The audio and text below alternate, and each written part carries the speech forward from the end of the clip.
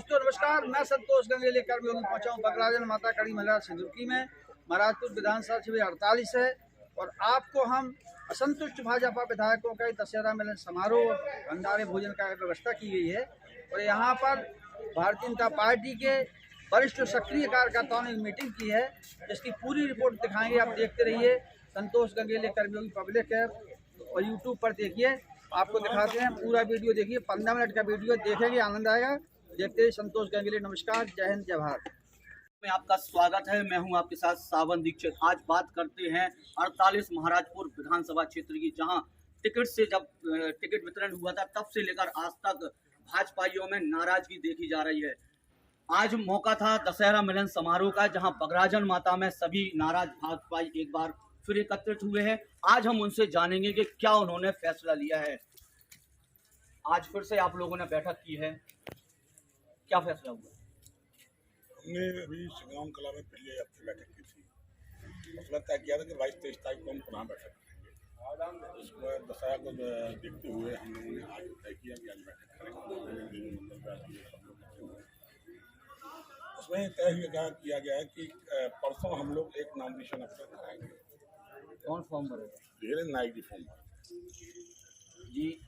BJP के प्रदेश उपाध्यक्ष भी हैं यहाँ पर किसान मोर्चा के, हम उनसे बात करेंगे। आपका स्वागत है। ये मानवेंद्र सिंह के बेटे को टिकट मिला है, तब से हम देख रहे हैं कि लगातार विरोध जारी है। आपके कुछ कार्यकर्ताओं ने पुतला भी दहन किया था। आखिर मानवेंद्र सिंह से इतनी नाराजगी क्यों?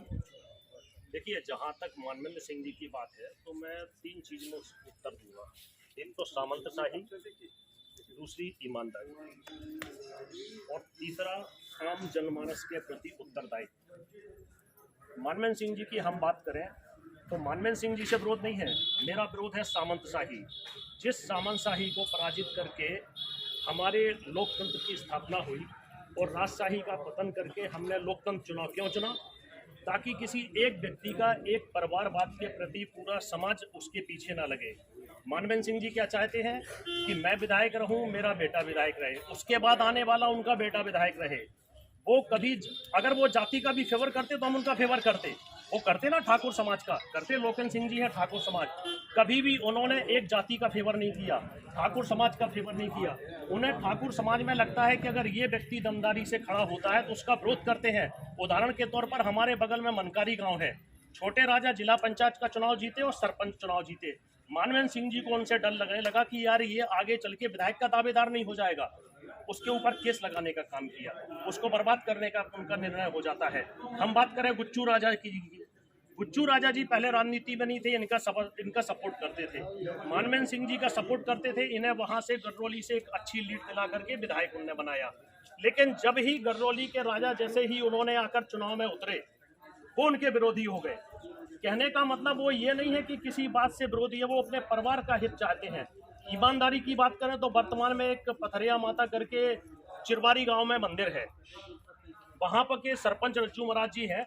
इन्होंने एक ओबीसी समाज के धर्मदास राजपूत जी, जो भारतीय जनता पार्टी के पैतृक कार्यकर्ता हैं, राजपूत समाज के व्यक्ति को उसका अध्यक्ष बनाया और भी उसमें पूरे समाज के लोग जुड़े।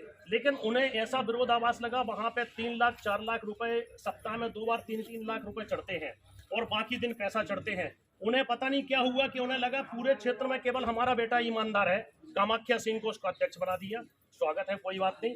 वहां की ग्राम सभा गई हाईकोर्ट, स्टे मिला, घर में बैठ के तत्काल उनके अपने बेटे को बदल देते हैं और अपनी चाची को बना देते हैं। अरे भाई, आपको क्षेत्र से प्यार था, ठाकुर समाज से प्यार था, तो हमारे कल्याण सिंह दाऊ साहब उसी गांव चिरवारी के रहने वाले हैं, बड़े ईमानदार हैं, पुराने सरपंच रहे, पुराने जनपद सदस्य भी रहे, उनको बनाते।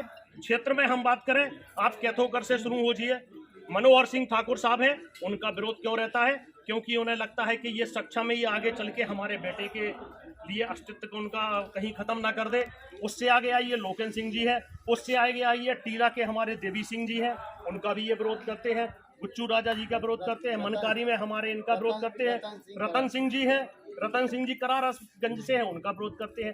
कहने का मतलब है कि मानवेंद्र सिंह सामंतशाही प्रवृत्ति के हैं। तो मतलब आप सभी विरोधी अब एक हो गए? नहीं, सभी विरोधी थोड़ी हैं, हम लोग सामंतशाही के विरोधी हैं। हम लोग भारतीय जनता पार्टी को इस बात की हमने अपनी बात भेजी, अभी भी सूची जारी हुई है, कोई सिंबल जारी नहीं हुआ है। हम लोग का ना उनके प्रति सपोर्ट है ना कहीं से है। उनकी उस प्रवृत्ति का है। रही बात समाज के प्रति उत्तरदायित्व, इतने बार विधायक रहे, क्या उन्होंने क्षेत्र में विकास करवाया? किस आदमी के मरने में गए वो? आज तक किसी ठाकुर समाज की घर में कोई उनका पिताजी का बुजुर्ग का देहांत हुआ, यंग बेटे खत्म हुए, गए क्या किसी के पास? आज तक नहीं गए। तो टिकट उन्हीं को दिया है, आप क्यों नहीं अपना दावेदारी कर पाए? इतनी मजबूत कि आपको टिकट मिले? नहीं, बिल्कुल ये सही बात है। दावेदारी जितने प्रत्याशी है सभी ने मजबूती के साथ दावेदारी की, ऐसा नहीं। गड़ी मलेरा सीएमओ, हरपालपुर सीएमओ, कारण क्या है सीएमओ के पास बैठते हो? आप जनता के बीच में जाओ ना। जब एक आदमी का परमिट नहीं बनता गरीबी रेखा का, जब उसके अकाल मृत्यु हो जाती है, 4 लाख की बात आती है, तो अवनिंद्र पटेलिया के पास लोग आते हैं। और मैं किस तरीके से जूझ करके वहां काम करवाता हूं, मैं क्यों विरोध नहीं करूंगा? एक व्यक्ति आकर के किस लिए बैठता है मैं नहीं बोलता, लोग बोलते हैं ये कमीशन की बात है। ये उनसे पूछिए, क्या ऐसा नहीं है क्या?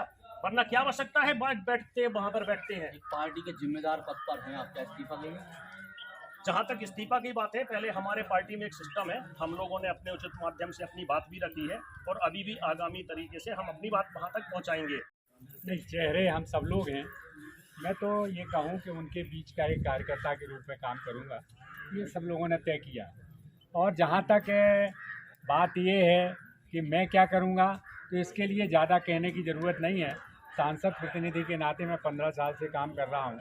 आप जाकर के देख आइए पूरे महाराजपुर विधानसभा में, कहीं आपको मानवेंद्र सिंह जी का बनवाए, इनके पिताजी रहे मानवेंद्र सिंह जी के साथ, पहले लल्लू राजा साहब और फिर वो रहे, और वर्तमान में फिर से जो प्रयास कर रहे हैं। कौन सा ऐसा एक गांव में काम किया?